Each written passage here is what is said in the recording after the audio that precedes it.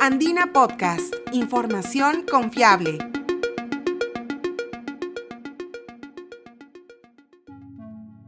Hola, soy Quilla Cuba, periodista de la Agencia Andina.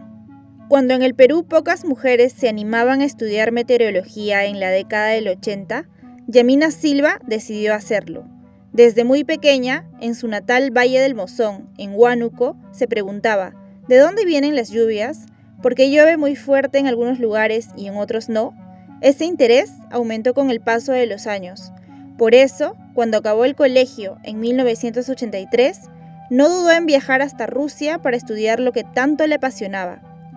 En ese país tan lejano y frío, se dedicó a estudiar los procesos físicos y dinámicos de la atmósfera usando modelos y radares meteorológicos para comprender las causas de la variabilidad climática y los eventos meteorológicos extremos. Luego de 13 años, regresó al Perú convertida en la primera meteoróloga con grado de doctora en nuestro país.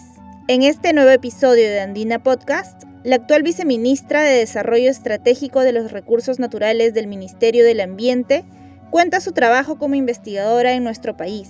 Una impecable trayectoria que también fue compartida en el conversatorio Chicas Científicas de la Feria Internacional del Libro de Lima 2022, organizado por el Consejo Nacional de Ciencia, Tecnología e Innovación Tecnológica, también conocido como CONCITEC por sus siglas. Desde ahí destacó el aporte de la mujer en la solución de los problemas que enfrenta el país, principalmente en el campo ambiental y el cambio climático.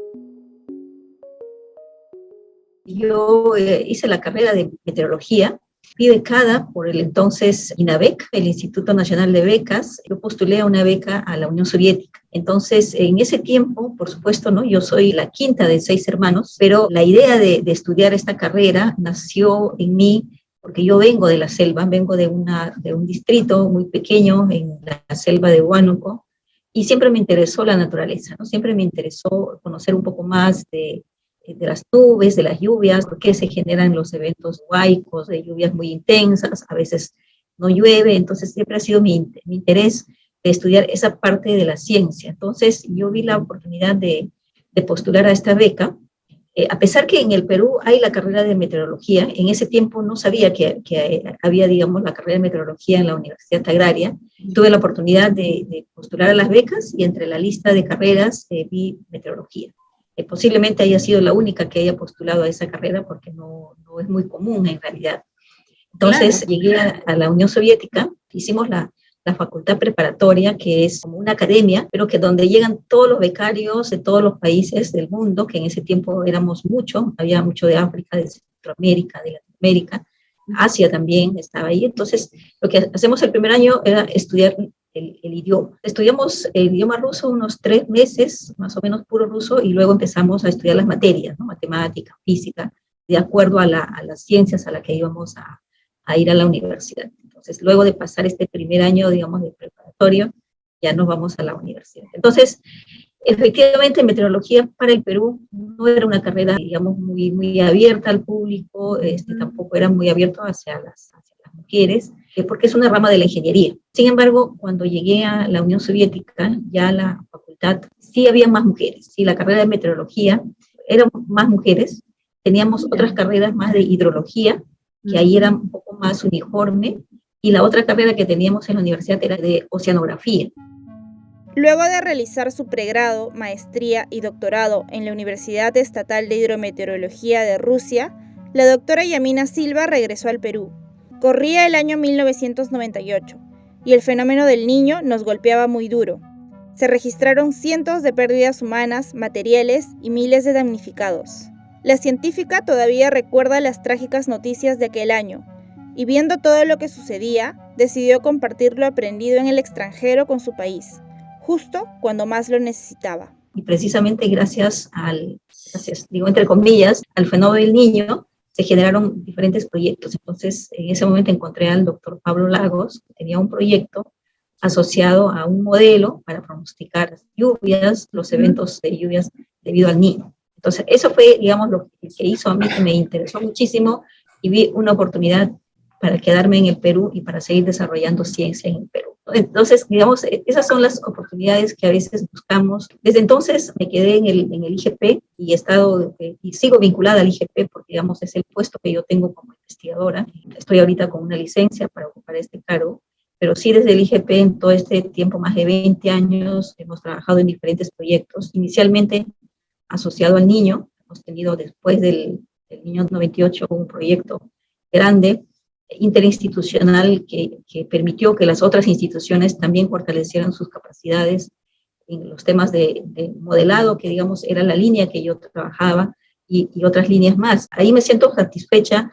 Creo que han sido momentos en la vida que presentan oportunidades y uno toma decisiones y esas decisiones son acertadas. Quizás si no hubiera habido ese evento Niño 98 en ese momento, yo hubiera tomado otra decisión, de hecho que tenía otras oportunidades de no regresar al Perú en ese momento. Cuando uno está aquí en el Perú y todos los días en la televisión pasaban los puentes caídos, las personas afectadas, las inundaciones en Piura, realmente dicen, no, yo me he formado para ser científica y tengo que hacer algo para el país.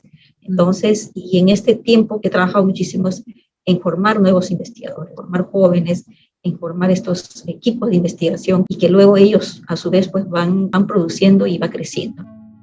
Por muchos años, la doctora Yamina Silva también se ha dedicado a estudiar la variabilidad del clima en los Andes peruanos, con énfasis en la cuenca del Mantaro. Se enfocó en ese lugar por su importancia, pues de allí proviene gran parte de los alimentos y abastece a la ciudad de Lima y zonas aledañas. Desde el 2003 ha desarrollado conjuntamente con otros investigadores varios proyectos para entender esta variabilidad climática y cómo se afectaría con el cambio climático. Yo me he dedicado a estudiar la variabilidad del clima en los Andes peruanos, con énfasis en los Andes centrales de Perú, siendo la principal zona la cuenca del Mantaro.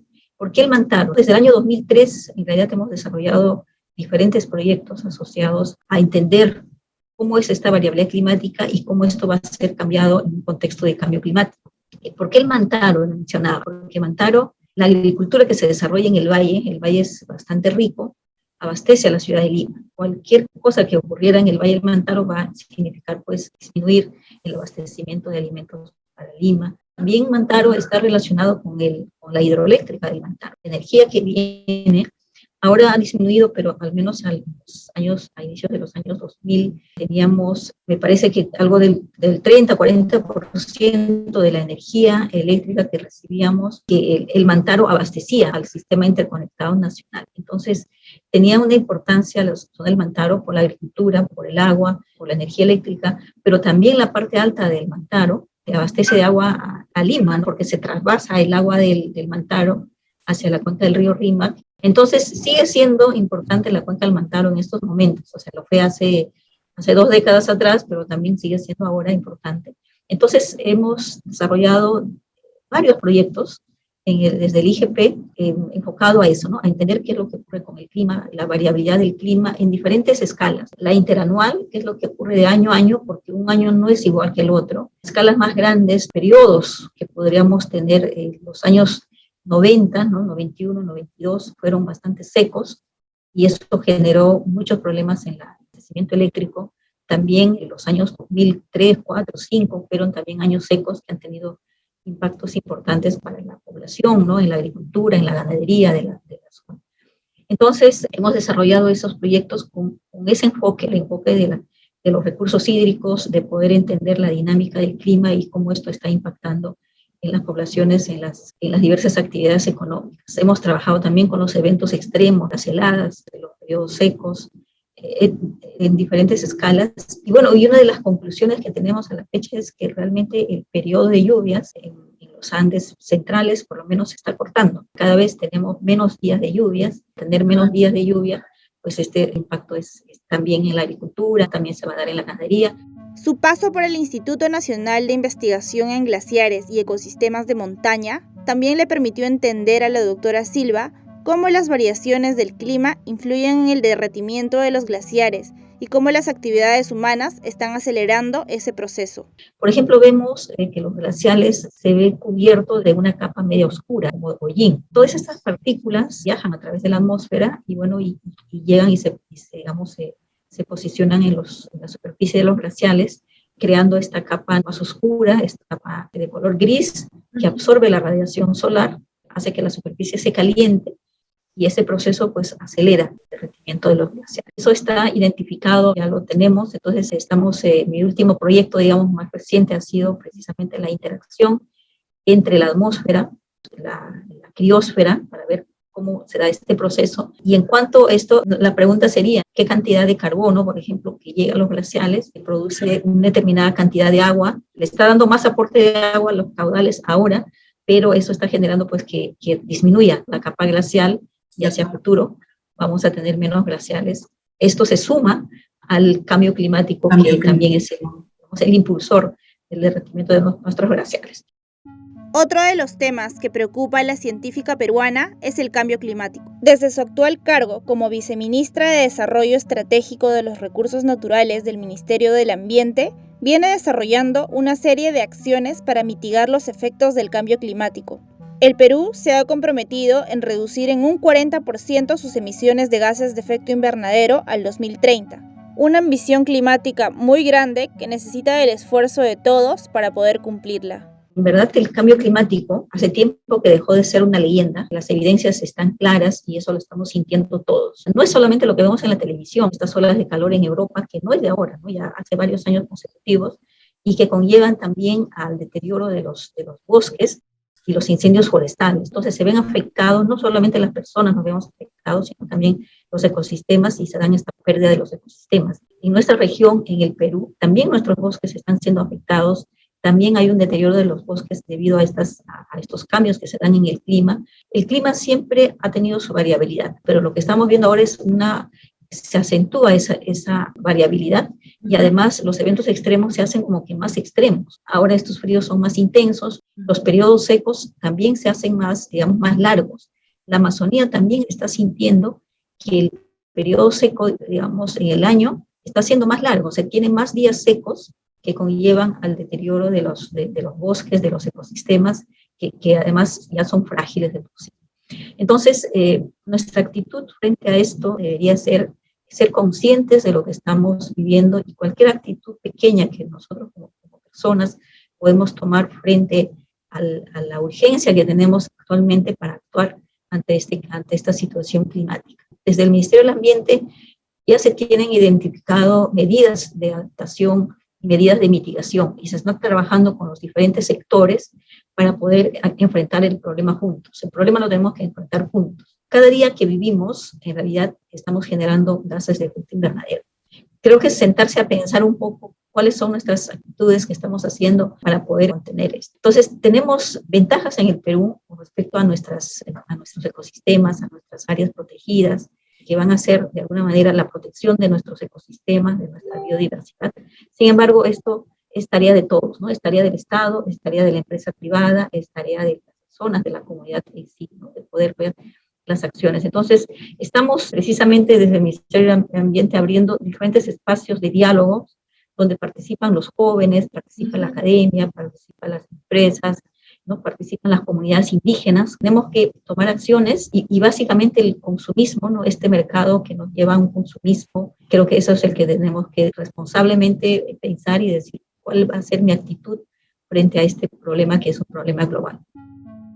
Finalmente, hace un llamado para que más peruanos y peruanas sigan el camino de la ciencia. Su ejemplar historia forma parte del libro Científicas del Perú, 24 historias por descubrir, que busca poner en valor el esfuerzo de 24 profesionales que vencieron 2 estigmas: ser mujer y seguir una carrera científica. Es importante que todos los jóvenes, las niñas y también los niños conozcan cómo es que nosotros empezamos y cómo nos desarrollamos y cuál es la expectativa para que ellos puedan llegar a convertirse en científicos también. Necesitamos que el Perú tenga más científicos, que se desarrolle más ciencia, que no podemos seguir siendo países exportadores de materia prima, sino que necesitamos transformar nuestros recursos naturales en productos que tengan mayor valor. Y eso lo vamos a lograr si es que la ciencia se desarrolla en el Perú.